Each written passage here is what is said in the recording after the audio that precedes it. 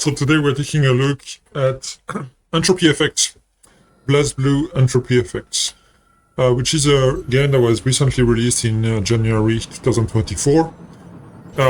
And as the name implies, it is a spin-off of the Blazblue fighting series. And it's actually a 2D action platformer, a roguelite action platformer actually, where as you can see here, you can select characters that come from the Blazblue world, and they have different kind of ways to fight. Some fight with revolvers, like this particular character, Noel. There's other characters who fight with spears, with swords, and other kind of attacks as well. And the idea is that you go from one stage to the next to basically finish the different levels, and each level ends up with a boss fight. You will see it a bit later. As you can see, the action typically revolves around jumping, hitting enemies, either in close combat if you're using a sword, or if you're using like this particular character here, you can actually do ranged attacks with the revolvers, which is kind of practical. And as you kill enough enemies, you end up having the choice to power up certain abilities, certain of your skills basically. And the skills are typically organized in different categories, and so every time when you basically finish a sub-level, you are asked which of the next 3 subcategories do you want potentially to make evolve. And so this is kind of random, but ultimately this gives you a choice to know how you want your character to change over time. You also have these additional abilities that are unlocked as kind of additional powers. They give you some interesting ways to attack enemies. For example, some of the abilities make it possible for you to spawn tentacles from the floor, and those tentacles will be fixed at a certain place, but every time the enemies come close to it, they will actually get hit by the tentacles. This just give you one idea. There's many other things like that. Some others create like kind of black hole. Some others create some kind of additional crest. Crest is kind of a shape that basically extends the reach of your sword when you do a combo, and that gives further damage. And so some of the abilities give you some chance to extend the crest even when you're jumping, for example, not just when you're fighting, and so on. In between stages, as you can see, there's some event stage sometimes where basically you can decide to get some bonus with a trade-off, like losing some HP but gaining some additional bonuses. And other than that, there's also some stages where you can decide to try your chance, and it will be kind of a gacha style. They will randomly assign you one of the different bonuses available. As you can see, in terms of gameplay, you can do double jumps, you can dash to avoid direct hits. This particular character can also stay suspended in the air by using their gun, which is kind of remind me of Bayonetta in a way. Very similar way of playing. Yeah, so this show here is the stage I mentioned earlier where you can get some random bonuses. Here it increases the max HP that you have at the bottom left 30%, so it gives you more chance to survive the next fights. So this kind of sub-stage I mentioned is like typically 5 of them before you reach the next boss, the boss of the end level.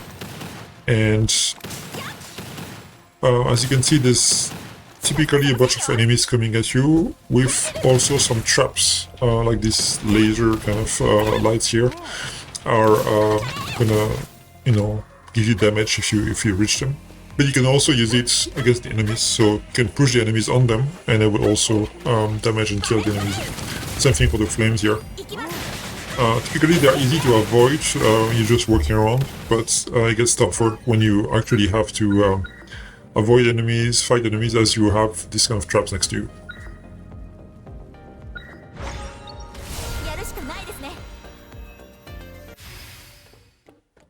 Right, and when you have this yellow glowing light, this means you are reaching the end of level boss.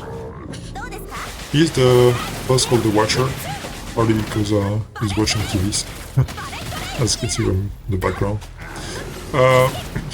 It's a fairly tough boss for the beginning. Like when you start the game and you don't have so much, I would say, upgrades yet in your characters. As you mentioned, it's a roguelite element. You basically will die pretty much like 99% of the time if you're trying to beat him, because you just don't have enough power to actually kill him at this stage. Actually, here I got killed again. Not that I was not upgraded enough, just like made some mistakes. I should have recharged my character before that. Once you pass the first stage, you get to the second stage with very different types of character, as you can see now. They kind of look like walking sticks somehow. You have different types of enemies as well, like send you missiles in your face, kind of things. I'm using a different character here called S, who's using a sword, who's very powerful, mainly because she essentially kind of crest shapes that further damages the enemies pretty far away from the sword itself. But those enemies in second stage are very tough. They take much more hit points, and they will also be hitting you much harder. So even though you may get used to the first stage and how easy it was in a way after a while, progressively the next stage and so on will make it much harder, and so you will come back to losing halfway through the stage, even before reaching the boss, and then having to again upgrade your character. You upgrade the character basically in between runs, so if you lose a run, which will happen very, very often, you'll be back to the main menu kind of stage, where you play a floating robot called the Ark, or one of the Arker. And you are then able to unlock some implants for your character that will give you additional power, additional HP, additional abilities. For example, much more attack power, much more lead gen power, which will also make it easier for you to go through a different stage after that.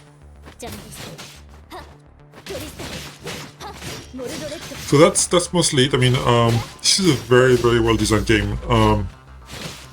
It doesn't look like anything special when you first start playing it, but after a while you realize they got a lot of things right. I would say the production is very high level. Definitely what you would see typically in AAA games, but even though this game is more like budgeted as a indie kind of game in terms of price point. Yeah, it just screams like high quality pretty much everywhere. I really like the effects when you hit or get hit the enemies. It's just very well done. Everything feels very consistent. There's no like effect that looks like outside of the world itself. All the characters are, as you would expect from Blazblue, very attractive and I would say fun to play. And what I really like, because I'm not really a roguelite person in the first place, so it's not, I don't spend my time usually playing roguelite games. But what struck me with this one is that I really felt like, even though it's fairly hard at the beginning, you have a good sense of progression. You have a sense that every time you lose, you make a bit of, of advances going forward. Your character gets a bit stronger, you don't lose as much as the next run, and ultimately you'll be able to fight the end of stage bosses and win after a while. So I'm not probably the best player in this kind of platformers either, but I did enjoy it, and I definitely see myself coming back to it to see how far I can go in the different runs. So yep, I think that's pretty much my impression of Blazblue Entropy Effect. Absolutely excellent. I remember last year I had a good surprise with Dredge around the same time, but in 2023.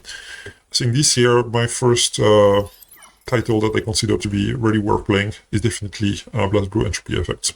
So I hope you enjoyed it and that you will consider having a look at this game because it's really one of the best of its genre.